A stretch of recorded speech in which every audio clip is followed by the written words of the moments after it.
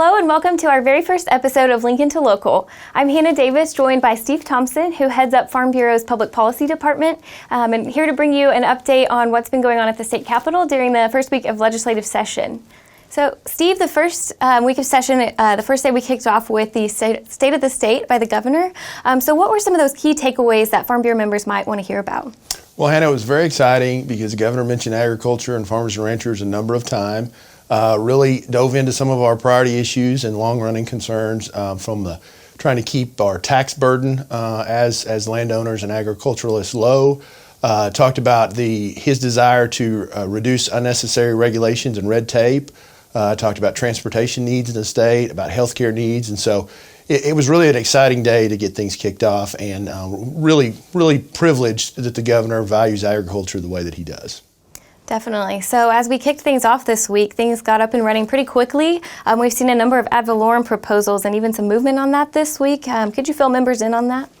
Absolutely. It's just really one of the wildest weeks of the year with 3,500 bills filed and trying to keep track of all that, and relatively quickly the ad valorem proposals for municipal public safety districts received a committee hearing on I believe it's the third day of session, and so we've been working on that with all the parties pretty closely. As most folks know, that's been a major concern of ours for probably 5 or 6 years now. Our policy has evolved a little bit, but our members really have problems with the threat of ad valorem tax increases and have opposed newer increasing ones. And there's 4 proposals out this year, 2 on each side. So it is certainly an item to watch. The main proposal that's being advanced passed out of a committee 6-2. So it is receiving some support. So we're going to continue to work that very hard and probably be reaching out to our members to comment on that in the coming weeks.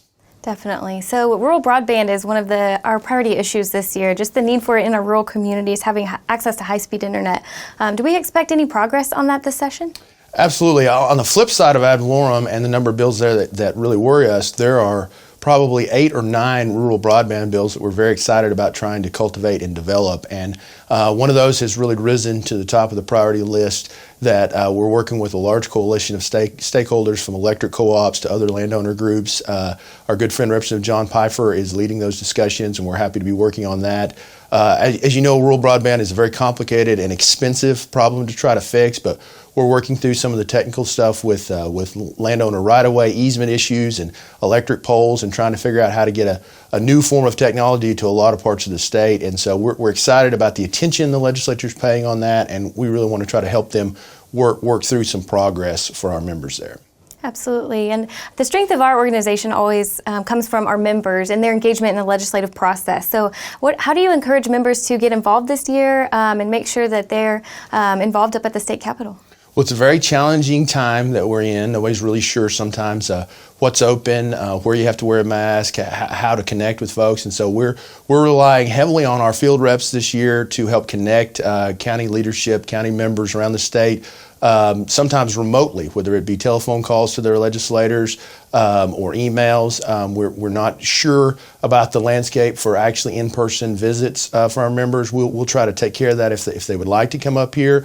But for now, we're going to utilize a lot of different types of technology to do that. We're going to have some Friday Zoom calls with our Public Policy Department. I know that you guys in communication have a number of ways that folks can stay in touch, but really we want to make sure members are reaching out to their field reps and their county offices to try to learn some of the ways that we're trying to offer folks that can stay at their home or farm or ranch and still reach out. So we're excited to offer a couple of new options this year.